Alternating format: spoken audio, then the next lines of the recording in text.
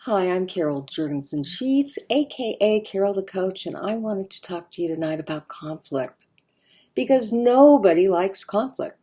You know it, I know it, and most of the time people avoid it and repress it and suppress it, and they think they've tucked it in, and then something triggers the anger and rage, and bam, you explode. And the other people around are going, what the heck was that? Why is he or she getting so upset? Well, the truth of the matter is that in healthy relationships, conflict breeds intimacy. So I always do this. I say, in healthy or healthier relationships, conflict breeds intimacy.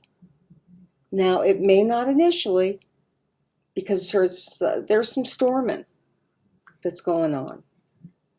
But trust the process that if you externalize the anger and you do that with emotional maturity, that would look like you share your feelings, you share your thoughts, you practice assertiveness. When you do those things, it will bring you closer to that person. Now, there's an assertiveness formula that I do use, and it goes like this. Susie, when you gossip about me, I feel hurt because the message it sends me is that you don't like who I am. Or, Tom, when you roll your eyes at me, I feel angry because the message it sends me is you think I'm crazy. So literally, it goes blank when you, specific behavior, I feel, I say pick one of the 5, anger, sadness, loneliness, fear, or happiness. And then because the message it sends me. And when you are handling your conflict like that, that gives the other person the opportunity to say, whoa, I don't think you're crazy. I just heard that story 500 times. I say that, I called him Tom, but Tom is really Eric, and Eric's my husband. And he rolled his eyes one too many times at me, and I just said, Eric, when you roll your eyes at me, I feel hurt because the message it sends me is you think what I'm saying is crazy. And that's when he said, understandably, because I've been known to repeat a story or two, honey, I've heard that story 5 billion times. I'm sorry, I didn't even know I was rolling my eyes, but I definitely don't think you're crazy. And you know, that did 2 things. One is it cleared up my misperception that he didn't like me, didn't like my behavior.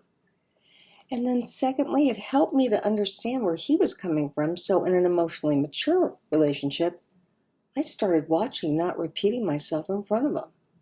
You know, I thought he could kind of handle it if I was talking to this neighbor and told him or her the story, and then I was talking to my friend, him or her the story, my family. But I realized that it got kind of tiring, and it helped me to know that. So, my point is, if you express yourself, assert yourself, share your feelings, and the message it sends you, then in that conflict, you'll breed an intimacy where you'll feel closer as a result of the conflict. Just remember that conflict is normal, natural, and necessary. Don't be afraid of it. Deal with it. And if for some reason you're with somebody who is not safe and conflict provokes aggression, well then as a clinical therapist and as your support, get the heck out of Dallas. Because nobody should worry about their physical safety. But in most cases, it doesn't do that.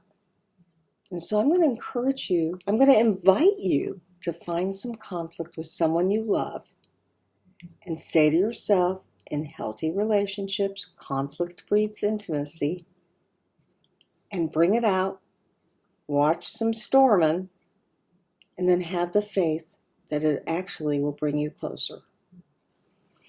I'm Carol Jurgensen Sheets, aka Carol the Coach, and thanks for hanging out with me.